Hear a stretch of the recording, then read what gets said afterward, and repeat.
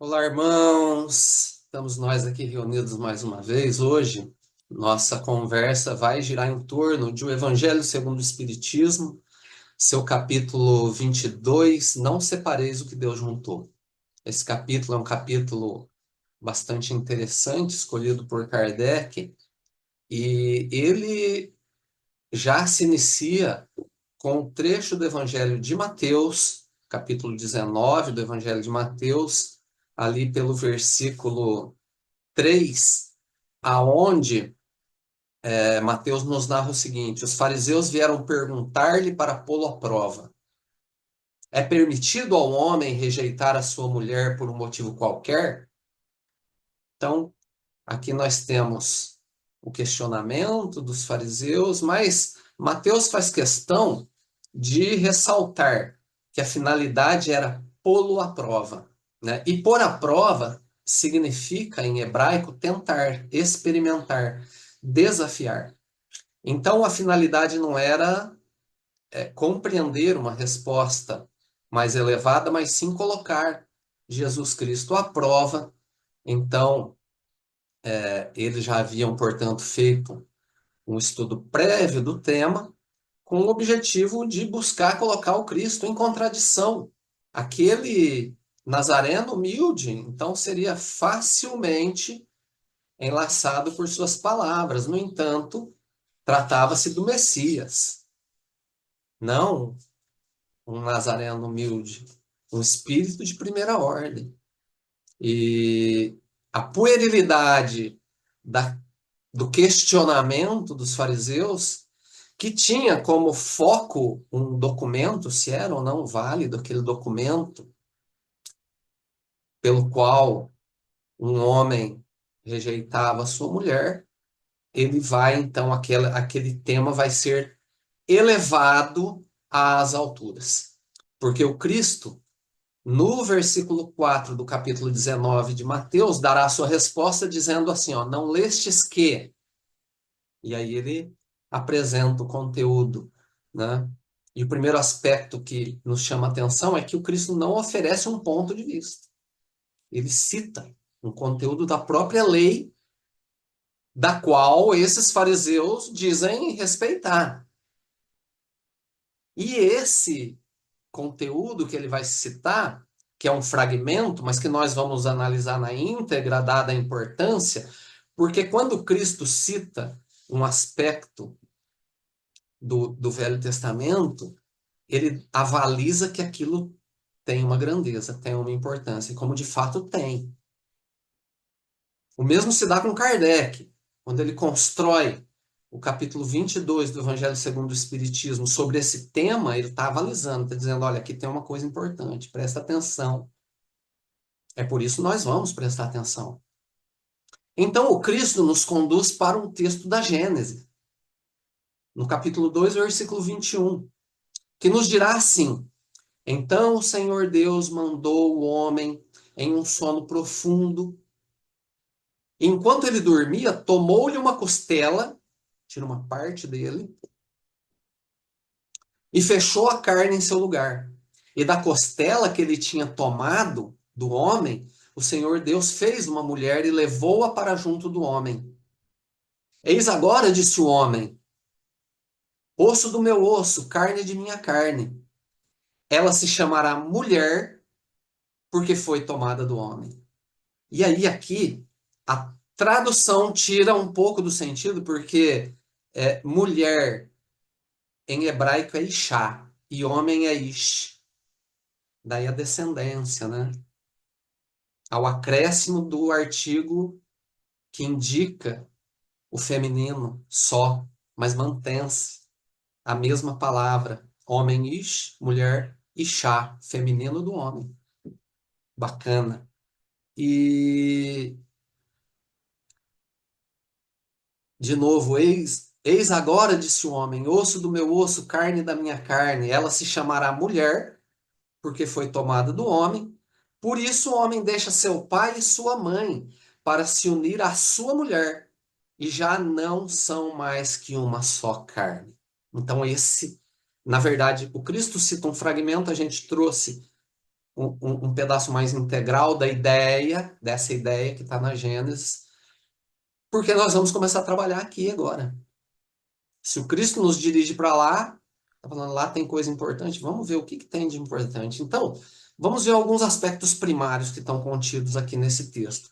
Porque fala-nos de Adão e Eva, da criação, e uma coisa intrigante é que a história da Gênese coloca, situa Adão e Eva dentro dos eventos desse cataclisma cósmico da criação do universo, da criação. E, e esse fator indica que a consciência humana é uma força de significação cósmica. Por que consciência humana? Porque Adão e Eva representam o surgimento da consciência humana. Adão e Eva representam essa transição do reino animal para o reino aminal. Percebam que Adão e Eva, eles comem do fruto do conhecimento do bem e do mal, discernimento. Estão no paraíso, que inclusive em algumas ilustrações mais antigas, ele é desenhado como um jardim murado. Esse muro, ele, ele é a representação desse paraíso, que é justamente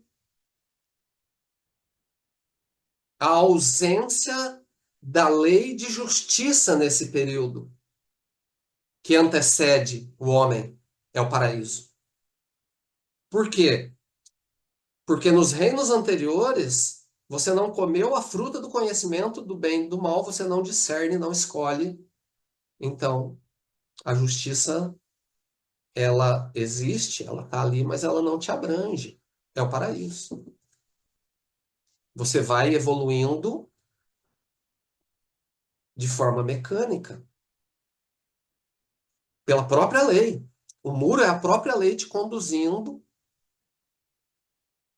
nessa jornada evolutiva criada do átomo, destinado à perfeição, mas nesse estágio aí estamos no paraíso. Você não escolhe, então não tem consequência pelas suas escolhas, porque você não tem escolha. E aí Adão e Eva comem a fruta do conhecimento do bem e do mal, passam a ter discernimento, consciência, escolha, são lançados para fora do paraíso, porque agora a lei de justiça já abrange e muitas tradições religiosas vão nos apresentar isso como sendo um castigo, mas não é um castigo, é uma conquista. Consciência é uma conquista.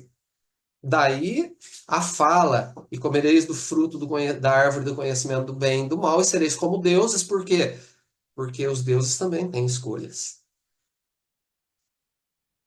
Perceberam?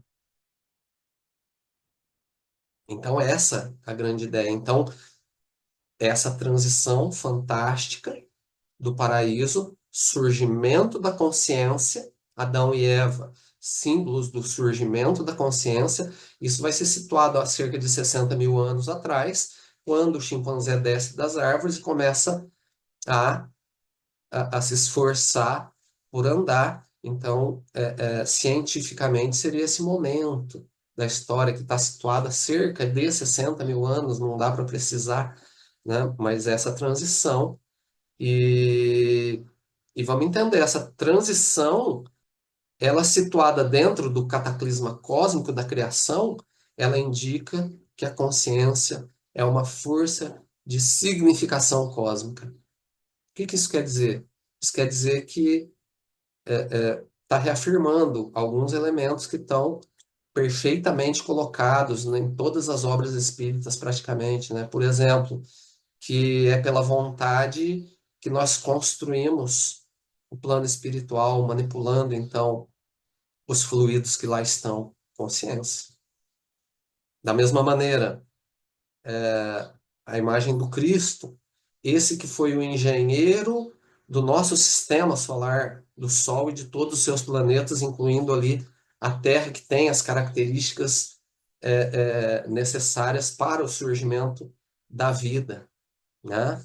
Então, consciência, atuando como um co-criador, como auxiliar da própria divindade de Deus. Então, é isso que quer dizer. Isso contraria algumas teorias que apresentam o homem como um ser desprezível perante o universo, né? Porque, por um lado, nós temos que ter essa noção da nossa pequenez, para que o orgulho não nos cristalize as capacidades, a potencialidade. Mas, por outro lado, a gente tem que compreender também a grandeza do Espírito, que é co-criador. Veja Cristo.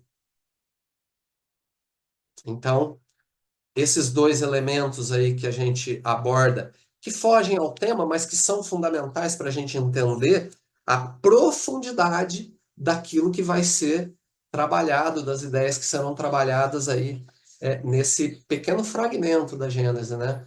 Porque vamos trabalhar agora algumas ideias que compõem o objetivo dessa nossa reunião.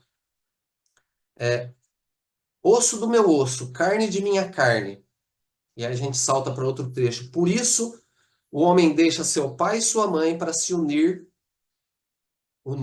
união, aliança, é o casamento, é o compromisso, é o pacto, é o contrato, é o conjunto de todas essas ideias. Essa união, ela então não se restringe à ritualística, não ao ritual do casamento, nem tampouco à legalidade, não é o documento de união, mas é o conjunto desses dois elementos que tem uma menor importância, mas tem sua importância, aliado ao arquétipo união, ao arquétipo aliança, né? E se você pensar numa aliança, você verá que ela já tem todo, na própria composição da aliança, ela já tem todo um significado, né? Ela não tem início nem fim, ela é circular, não tem início nem fim. Então, é infinitude, né? Uma união que não começa na carne, não tem início aqui, né? E não terá fim na carne. Essa é uma ideia que está agregada aqui, ó, na aliança. Por isso, união vincula-se à ideia da aliança, e é por isso que os casados usam a aliança como esse símbolo, como um reforço para nos lembrar do quê? Do compromisso, do pacto, do contrato. Esse é o arquétipo. A capacidade de conduzir, porque um arquétipo é como eu atuo na vida, então esse arquétipo de como eu conduzo a minha união dentro dessas ideias, de algo que não começou aqui, não vai terminar, de algo que é um compromisso para sempre, de algo que é um pacto, um contrato para sempre. Da grandeza da fala do Cristo. Então, por isso o homem deixa seu pai e sua mãe para se unir, essa ideia da união, a sua mulher. Aqui tem um aspecto interessante. A sua mulher, existe um esforço de individualização em detrimento da generalização. Porque ele poderia ter dito para se unir a uma mulher, generalizou. A uma mulher, qualquer uma. A sua está dizendo que é aquela, uma escolhida. Ou seja, há um planejamento para que essa união. Existem duas consciências específicas que vão se unir. E esse planejamento, de novo, vamos lembrar da simbologia da união. Não começou aqui, não terminará aqui. Então, esse é um planejamento que precede a encarnação, né? E que continuará depois dela. Perceberam? Agregue-se a isso outros elementos da doutrina espírita que eu não estou mencionando aqui, tá? Para que a gente não fique paralisado em alguns detalhes e não consiga se aprofundar no cerne do texto, né? Porque a gente aqui não está querendo dizer, essa união vai ser um casamento, quando eu desencarnar lá eu vou estar casado. É um conceito muito mais amplo do que isso, tá? Então, e a gente imagina que, como espíritas que somos, a gente já domina algumas ferramentas disso, a gente já entende esses elementos, né? Então, dando sequência. E já não são mais que uma só carne. Já não são mais que uma só carne. É um reforço da ideia da união, né? Por quê? Porque conduz aqui, essa referência nos lembra do momento em que, simbólico, em que Deus tira uma costela de Adão, ou seja, Deus separa uma parte de Adão. Então, aqueles dois caminhos que se cruzaram e se comprometeram em uma relação anterior foram separados. É assim que deve ser compreendido. Aquela costela foi tirada, então houve uma separação daquele conjunto necessário um para o outro, e aí eles se reúnem de novo. E se tornam o quê? Uma só carne. Ah, vai virar um espírito só, dois espíritos. Não, é o reencontro. Passados aí esse período no qual ficaram separados pela desencarnação. E, gente, quando a gente não consegue compreender a importância da união nos seus conceitos mais amplos, como ritual, como legalidade, como arquétipo, como conduta, forma de conduta, a gente vai ver a falibilidade desse, dessa instituição, casamento, né? A gente vai compreender, por exemplo, por que casais que vivem junto, sem o compromisso da união, têm maior chance de se separar, né? Porque implicitamente esses casais afirmam um para o outro mais ou menos o seguinte, ó, por enquanto você é o melhor que eu consegui. Você é o melhor que eu consegui até agora. Mas eu gostaria de me reservar o direito de te trocar por alguma coisa melhor, caso ela apareça, ou ele apareça, né? E aí, o mistério é por que alguém não se sente ofendido com uma proposta dessa natureza? Por que alguém admite uma proposta dessa natureza? E a resposta é muito simples. É porque esse é um pacto mútuo, não é unilateral. Geralmente ambos pensam assim. E aí o arquétipo da união, o arquétipo do casamento, não existe. A ideia já não são mais que uma só carne, ela não está sequer presente aí. Essa ideia que representa esse vínculo inseparável de dois seres, necessários um para o outro, no contexto da lei de evolução e da lei de justiça. Duas leis atuando ali simultaneamente para unir esse casal num acordo que já se deu no plano espiritual, né? E que não é levado a sério. Um contrato que foi feito no plano espiritual e que aqui é visto com um pouco, um descaso, com desdém, né? É também um comportamento arquetípico e pessoas que não se unem como uma só carne, que não conseguem compreender tudo isso que a gente vem falando até aqui e que não se unem como uma só carne, verão seu casamento desabar, com toda certeza. E merecem que esse casamento desabe por conta da própria imaturidade psicológica. A incapacidade de assumir um compromisso dessa natureza reflete em imaturidade psicológica. De um prisma espiritualista, a análise da ideia de uma só carne apresenta esses dois seres formando um todo, a reunião de uma criatura outrora dividida, como a gente falou pela simbologia da costela, que é retirada de Adão, né? E que foi dividida por conta de uma desencarnação mais antiga e que agora propõe-se a reunião. E vendo desse prisma, gente, fica fácil a gente perceber que diante dos desafios da vida, que a razão não pertence a um nem a outro.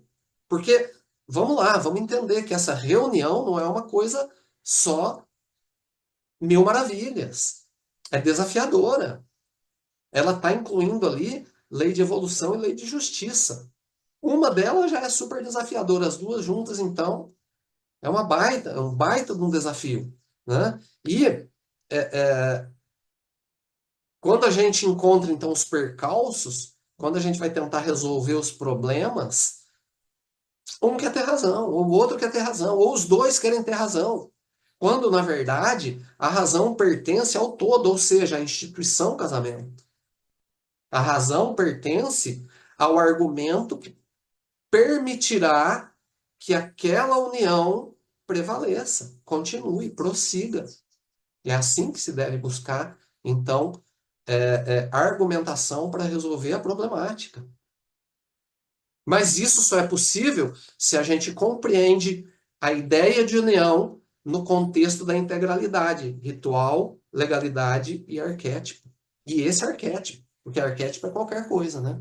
O, o morar junto é um arquétipo, é uma maneira de vida, que despreza tudo isso, todo esse conjunto que a gente está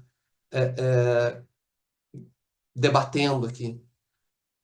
Então, o arquétipo que representa a ideia já não são mais que uma carne, ele pode ser descrito como os dois seres que olham um para o outro com muita coragem, porque é necessário coragem nesse momento, e vão afirmar: ó, nós estamos juntos e nós não vamos fugir um do outro. Não importa o que aconteça. Aconteça o que aconteça. A gente vai continuar junto. E é necessário muita coragem para isso. E é necessário muito mais coragem para levar isso à frente. E como a gente afirma que isso é importante? Porque, pensa bem, se você não pode fugir, você precisa conviver.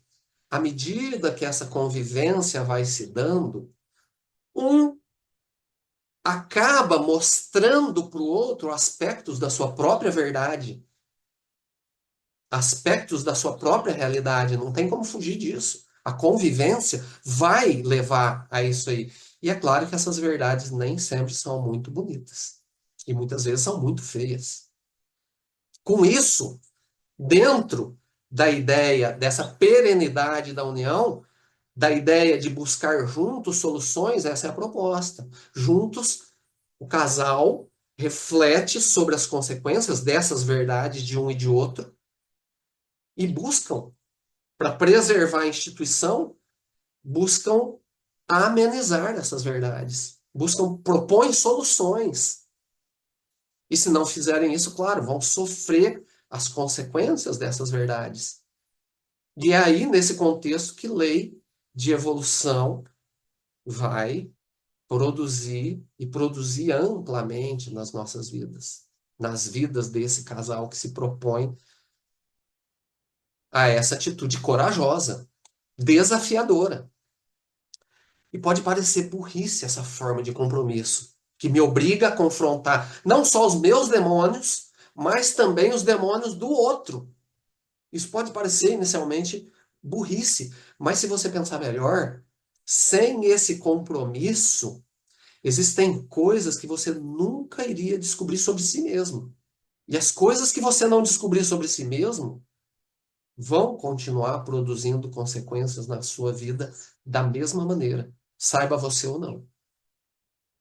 Então você não tem maneiras de articular modificação para que essas coisas, para que essas consequências dessas coisas se amenizem na tua própria vida. Então não é burrice nenhuma. É a proposta mais saudável que poderia nos ser oferecida. Daí, dada a sua importância, elas estarem registradas logo no alvorecer da consciência em A Gênese. E esse é o desafio. Esse é o grande desafio de um casamento. Agregue-se a isso a seguinte ideia: por isso o homem deixa seu pai e sua mãe para se unir à sua mulher. Vamos analisar. Por isso. Por isso é motivo, é razão, é finalidade. Por essa razão, o homem deixa seu pai e sua mãe para se unir à sua mulher. Esse trechinho é sobre crucificação, morte e ressurreição. É o arquétipo do sacrifício. Porque trata-se da capacidade de amadurecer. Está falando da capacidade de atravessar o limiar psicológico, sacrificando o filho ou a filha, para que dessa conduta filho-filha morra o filho, morra a filha, e deles renasça agora o marido, a esposa. Uma outra conduta, um outro nível de responsabilidade, de amadurecimento psicológico, que dará campo mais tarde a um novo padrão de comportamento, qual seja o do pai e da mãe, quando venham, então, os filhos dessa união. Então, é capacidade de sacrificar o homem velho para que dele renasça o novo, é o sacrifício que o Cristo representa na própria cruz, materializado nas nossas vidas. E, gente, da incapacidade de compreender e articular essa estrutura simbólica do sacrifício, que em vida representa morte e ressurreição, né? Porque o filho não precisa morrer literalmente para que renasça o marido, ou a filha não precisa morrer literalmente para que renasça a mulher, mas morre aquela psique adolescente para que renasça uma psique madura, né? Mas da incapacidade disso, o homem ele acaba sendo presa fácil de algumas ideias destrutivas que estão muito em voga nos dias de hoje, né? É o caso, por exemplo, só um exemplo do culto fanático pela juventude. Aquela pessoa que se recusa a envelhecer.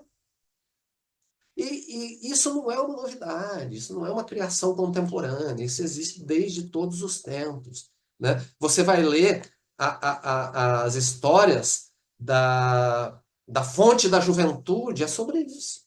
E não pasme, porque a gente acha maravilhoso, né? Nossa, se eu achasse a fonte da juventude, porque nós ainda não conseguimos penetrar nessa estrutura simbólica tão profundamente quanto deveríamos ter feito, né?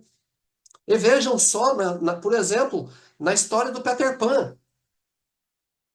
É uma história que a grande maioria de nós conhece. E Peter Pan, quem é Peter Pan? Peter Pan é um menino que se recusa a crescer. Exatamente, é o arquétipo aqui, ó. Não quer crescer, quer ser adolescente para sempre, né? E para onde Peter Pan vai? Ele vai para a terra do nunca. É uma terra que não existe. Não existe uma terra aonde o homem não cresça. Essa terra é a terra do nunca. Por isso, terra do nunca. Mas ele lá será líder, né? Pelo menos. Líder de quem? Dos meninos perdidos. Então, se você não cresce, você é o líder de todos os meninos perdidos e, como líder, é o mais perdido de todos. E veremos a chegada, então, de Wendy dentro dessa história rica em simbologia, né? Wendy que vem do mundo real em busca e acaba se envolvendo com Peter Pan, mas Peter Pan, que ainda não conseguiu transcender a antiga etapa psicológica, não conseguiu sacrificar o adolescente para tornar-se homem adulto, prefere a fada Sininho, que é, na verdade, uma mentira, né? E por conta disso, nós veremos aí adultos, por exemplo, viciados em pornografia digital. É a fada Sininho. É uma mentira. E assim teremos, então, a psique de um adolescente em um corpo de 30, 40, 50 anos. Enquanto a transição não se dê, você mantém aquela psique, né, que é relatada pela capacidade de deixar o pai e a mãe amadurecer para se unir à sua mulher. Não a uma mulher, mas à sua mulher. Amadureceu, transcendeu, sacrificou. Por isso que está numa obra sacra. Mas isso ainda não é tudo, gente. Tem mais.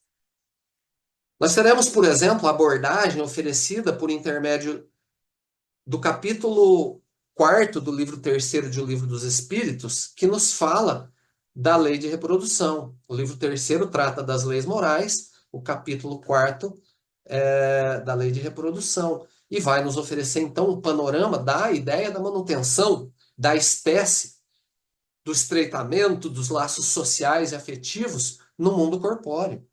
E aqui dá uma outra palestra, né? A gente precisa se aprofundar no tema para compreender a complexidade das ideias que estão sendo tratadas aqui. A grandeza da proposta do casamento, inclusive daquilo que o Cristo sugere para os seus inquiridores, né? Notem que como... E a gente nem voltou no Cristo, né? Temos ainda a abordagem oferecida pelo capítulo 7 e 8 da mesmo trecho do livro, né? Onde nesses capítulos serão tratados da lei de sociedade e da lei de progresso, né? Que nos apresenta a união dos seres, a conjugação das potências de cada um na busca pelo equilíbrio, porque cada ser ele terá uma potência maior, né? Homem e mulher não são a mesma coisa, cada um carrega. Um desponta no campo da racionalidade, da lógica, outro desponta no campo da emoção, e a união desses fatores que é tratada como apenas uma só carne, um espírito, a conjugação desses elementos que diferem de um para o outro, que compõem um ser maior, desde que abstraído o melhor de um e o melhor de outro em cada um dos dois. Perceberam? E, finalmente, temos ainda o capítulo 9 do mesmo trecho do livro das Leis Morais, que nos falará da lei de justiça, amor e caridade, que apresentam a instituição do matrimônio como sendo fundamental à solução dos débitos do passado. A gente acabou abordando de forma mais superficial. Aliás, todos esses elementos foram abordados num campo mais superficial, porque nós não temos tempo suficiente para nos aprofundar em cada um desses numa palestra curta dessas. Mas cabe a nossa reflexão, cabe ali o nosso aprofundamento pessoal, e por daí a gente sugere aliás, esses 4 capítulos, para que cada um, então, busque acréscimos nos elementos que a gente, dentro da nossa própria limitação, conseguiu vislumbrar daquilo que estudamos aqui. Então, era isso que tínhamos para hoje. A gente espera que esses valores eles nos sejam úteis, que possam ser empregados no nosso dia a dia e que sejam elementos de transformação para cada um de nós, né? Então, desejamos a todos uma semana de muita luz, de muitas bênçãos e até o nosso próximo encontro. Que assim seja.